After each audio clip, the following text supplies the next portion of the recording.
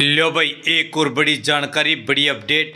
हरियाणा बुढ़ापा पेंशन, बड़ी खुशखबरी। अब ऐसे बनेगी हरियाणा में बुढ़ापा पेंशन के रिगार्डिंग बड़ी खबर आ गई है आप सभी के सामने। अपनी बुढ़ापा पेंशन, विधवा पेंशन, दिव्यांग पेंशन कटने से ऐसे बचाएं। फैमिली आईडी में जाकर कर ले आज ये काम। तो सारे बहन और भैया ने, काके ताऊ ताइया ने, मर्दवीर और लुगैया ने आपके अपने राजकीय हाथ जोड़कर राम राम। साथियों, जान लो आज की बड़ी खबर, बड़ी अपडेट। हरियाणा सरकार द्वारा राज्य के बुजुर्ग, विधवाओं और दिव्यांगजनों के लिए सामाजिक सुरक्षा पेंशन योजना को लेकर बड़े और महत्वपूर्ण बदलाव किए गए हैं। यदि आप या आपके परिवार में कोई भी सदस्य हरियाणा सरकार की बुढ़ापा पेंशन, ओल्ड एज सम्मान अलाउंस, विधवा पेंशन या दिव्यांग पेंशन का लाभ ले रहे हैं या भविष्य में लेने वाले हैं, तो ये खबर आपके लिए अत्यंत महत्वपूर्ण है। अब हरियाणा में पेंशन बनवाने की प्रक्रिया को पूरी तरह से डिजिटल और ऑटोमेटिक कर दिया गया है। पहले की तरह अब दफ्तरों के चक्कर काटने, फार्म भरने या बाबू के चक्कर लगाने की ज़रूरत नहीं है। लेकिन इस नई डिजिटल व्यवस्था में जहां बड़े फायदे हैं, वहीं एक छोटी सी गलती के कारण हजारों लोगों की पेंशन कटने का खतरा भी मंडरा रहा है। इस विस्तृत वीडियो में हम आपको बताएंगे नई व्यवस्था के तहत हरियाणा में बुढ़ापा पेंशन कैसे बनती है, फैमिली आईडी, परिवार पहचान पत्र में आपको कौन सी ज़रूरी काम तुरंत करने हैं और अपने चालू पेंशन को कटने से कैसे बचाना है। इसलिए वीडियो थोड़ी लंबी हो सकती है मगर इन्फॉर्मेटिव होगी, वीडियो को पूरा देखना। हरियाणा बुढ़ापा पेंशन योजना एक नज़र में। हरियाणा देश का पहला ऐसा राज्य है जहां बुजुर्गों को सबसे अधिक सामाजिक सुरक्षा भत्ता पेंशन देता है। हरियाणा सरकार का मुख्य उद्देश्य राज्य के वरिष्ठ नागरिकों को आर्थिक रूप से निर्भर बनाना और उनके बुढ़ापे को सुरक्षित करना। योजना के मुख्य लाभ और विशेषताएं। सम्मानजनक राशि। हरियाणा सरकार द्वारा दी जाने वाली पेंशन राशि सम्मानजनक राशि दी जाती है, मतलब ठीक ठाक पैसे मिल जाते हैं जिससे दवाइयाँ, भोजन और कपड़े के लिए किसी पर निर्भर नहीं रहने पड़ता है। दूसरा है सीधे बैंक खाते में ट्रांसफ़र। पेंशन की राशि बिना किसी बिचौलियों के सीधे लाभार्थी के आधार कार्ड लिंक बैंक खाते में डीबीटी के माध्यम से भेजी जाती है। तीसरा है सरल प्रक्रिया। अब इस योजना को परिवार पहचान पत्र से जोड़ दिया गया है, जिसमें पेंशन की पात्रता की जांच और स्वीकृत की प्रक्रिया पूरी तरह पारदर्शी हो गई है। बड़ी खुशखबरी, अब ऐसे बनेगी हरियाणा में बुढ़ापा पेंशन ऑटोमेटिक मोड तय। हरियाणा सरकार ने पेंशन व्यवस्था में क्रांतिकारी बदलाव करते हुए प्रोएक्टिव पेंशन सर्विस की शुरुआत की है।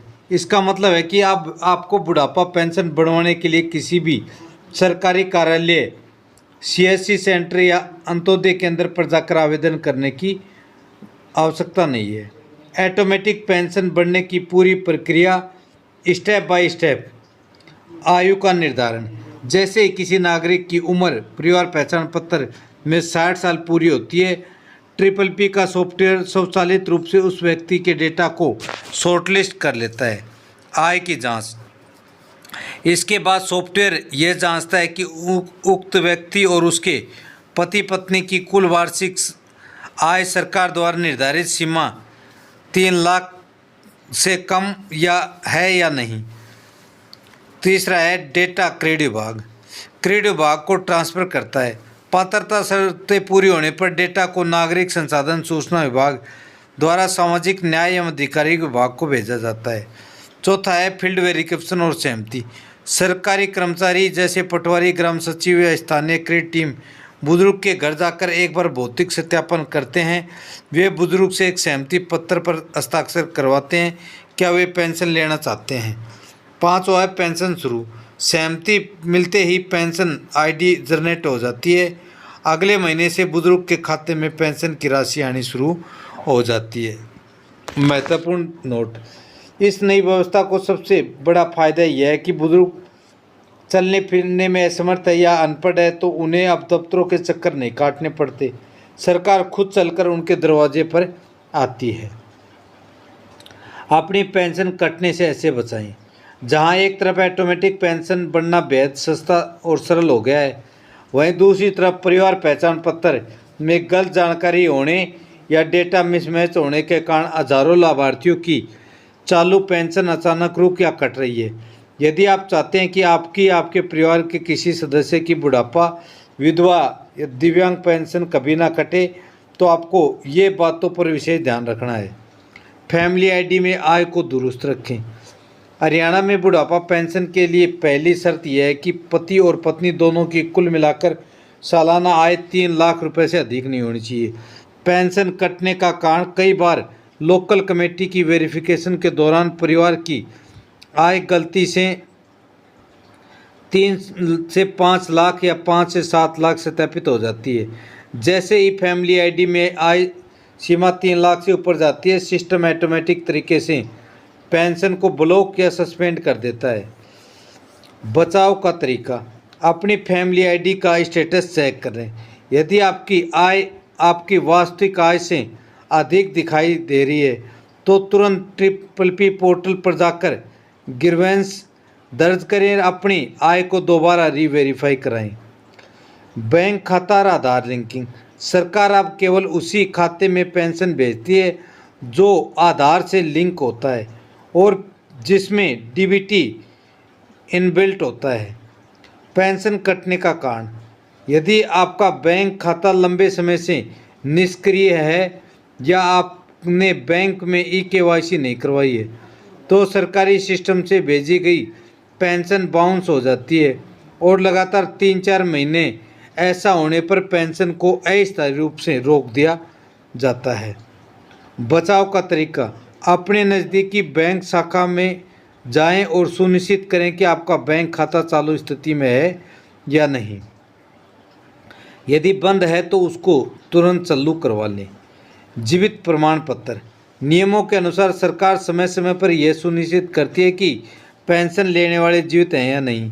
तो पेंशन कटने का कारण, यदि विभाग को संदेह होता है कि क्षेत्र में वेरिफिकेशन के दौरान लाभार्थी घर पर नहीं मिलता तो पेंशन को होल्ड पर डाल दिया जाता है।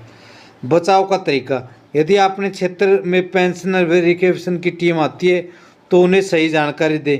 यदि पेंशन काफ़ी समय से रुकी हुई है तो CSC केंद्र पर जाकर अपनी फैमिली आईडी के माध्यम से जीवित होने का प्रमाण या संबंधित विभाग में जाकर उपस्थिति दर्ज अवश्य करवा ले। चौथा है फैमिली आईडी में जाकर तुरंत कर ले ये काम। अब मेन बात है फैमिली आईडी। फैमिली आईडी में आज के समय में हरियाणा के हर व्यक्ति का सबसे महत्वपूर्ण दस्तावेज बन चुका है। पेंशन को सुचारू रूप से चलाने या नई पेंशन बनवाने के लिए आपको अपनी फैमिली आईडी में नीचे दिए गए काम तुरंत कर लेने चाहिए। आय सत्यापन करवाएं। अब पहली बात तो अपनी जो ऑटोमेटिक आय बढ़ी या घटी है उसको चेक करें, सत्यापन कराएं। यदि आपकी उम्र के आगे नॉट वेरीफाइड या डिक्लेयर्ड लिखा है तो आपकी ऑटोमेटिक बुढ़ापा पेंशन कभी नहीं बनेगी। तो कैसे ठीक करें? उम्र को सत्यापित करने के लिए पोर्टल पर करेक्शन मॉड्यूल में जाएं, जहां अपना कोई भी वैध सरकारी दस्तावेज अपलोड करें जिसमें जन्म तिथि साफ साफ लिखी हो, जैसे 1950 या 60 दशक का स्कूल सर्टिफिकेट, पुराना वोटर कार्ड या जन्म प्रमाण पत्र। दूसरा है वैवाहिक स्थिति को अपडेट रखें, मैरिटल स्टेटस को। विधवा पेंशन या बुढ़ापा पेंशन दोनों के लिए वैवाहिक स्थिति का सही होना जरूरी है। विधवा पेंशन के लिए यदि किसी महिला के पति की मृत्यु हो जाती है तो फैमिली आईडी में पति का स्टेटस मृत होना चाहिए, महिला का स्टेटस विडो होना चाहिए। उसके साथ ही पति का मृत्यु प्रमाण पत्र PPP पोर्टल पर अपलोड होना ज़रूरी है। बुढ़ापा पेंशन के लिए बुढ़ापा पेंशन में पति पत्नी दोनों की संयुक्त आय देखी जाती है, इसलिए फैमिली आईडी दोनों का आपस में संबंध, रिलेशनशिप बिल्कुल सही तरीके से दर्ज होना चाहिए। दिव्यांगता प्रमाण पत्र को लिंक करें। यदि कोई नागरिक दिव्यांग पेंशन का लाभ ले रहा है या लेना चाहता है तो उसे अपनी फैमिली आईडी में दिव्यांगता के कॉलम को अपडेट रखना है। UDID card. केंद्र सरकार द्वारा डिजिटल दिव्यांग प्रमाण पत्र UDID का नंबर फैमिली आईडी में दर्ज होना चाहिए। दिव्यांगता का प्रतिशत 40% या उससे अधिक प्रमाणित होना बिल्कुल ज़रूरी है। मोबाइल नंबर को एक्टिव रखें। अपनी फैमिली आईडी में जो मोबाइल नंबर लिंक है वह हमेशा चालू रखना है।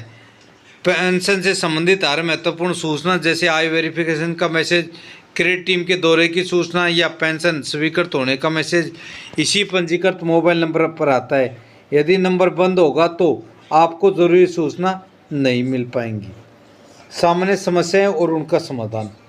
सवाल पहला है, मेरी उम्र 60 साल से अधिक हो चुकी है, फैमिली आईडी में भी सब सही है, फिर भी पेंशन नहीं बनी, मैं क्या करूं?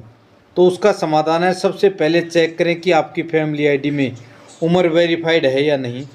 यदि वेरीफाइड है तो आप भी 3 लाख से कम है आय और कुछ समय इंतज़ार करें। क्रेडिट की टीम आपके क्षेत्र का दौरा करेगी।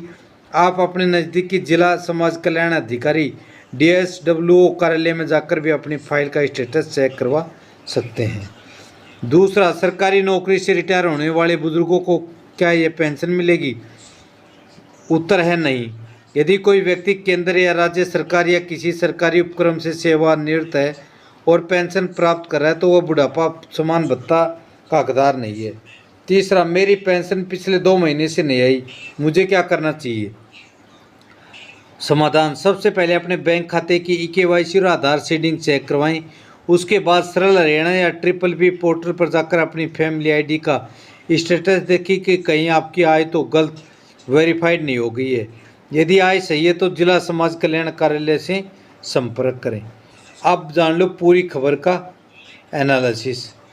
हरियाणा सरकार की डिजिटल पहल से निश्चित रूप से व्यवस्था तो पारदर्शी और भ्रष्टाचार मुक्त बनाया है। अब बिचौलिए का खेल पूरी तरह खत्म हो चुका है, लेकिन इस डिजिटल युग में सजगता ही सबसे बड़ा बचाव है। सभी पाठकों विशेषकर ग्रामीण अर्ध शहरी क्षेत्रों के नागरिकों से अनुरोध है कि वे आज ही अपने घर के बुजुर्गों, माताओं, दिव्यांग भाई बहनों को फैमिली आईडी को किसी अच्छे CSC सेंटर पर जाकर चेक करवाएं। सुनिश्चित करें कि उसमें नाम, जन्म तिथि, आय और बैंक खाता पूरी तरह से सही और वेरीफाइड है या नहीं। आपकी एक छोटी सी गलती आपके परिवार के बुजुर्गों के बुढ़ापे के इस सबसे बड़े सहारे को हमेशा सुरक्षित रखेगी। इस जानकारी को अपने मित्रों, व्हाट्सएप ग्रुपों और रिश्तेदारों के साथ शेयर करें ताकि कोई भी पात्र व्यक्ति इस योजना के लाभ से वंचित न रहे और किसी की चलती हुई पेंशन ना कटे। खबर अच्छी लगे तो वीडियो को लाइक करें, ज़्यादा से ज़्यादा शेयर करें और अभी तक आपने ऐसराज न्यूज़ चैनल को सब्सक्राइब नहीं किया तो अभी सब्सक्राइब कर बेल आइकन अवश्य दबा लें ताकि आने वाली खबर अपडेट का आपको पहले पता लगे और आप उसका फ़ायदा उठा सकें। कल फिर हाजिर होते हैं एक और बड़ी खबर के साथ। तब तक मस्त रहें, स्वस्थ रहें। जय हिंद, जय भारत, वंदे मातरम।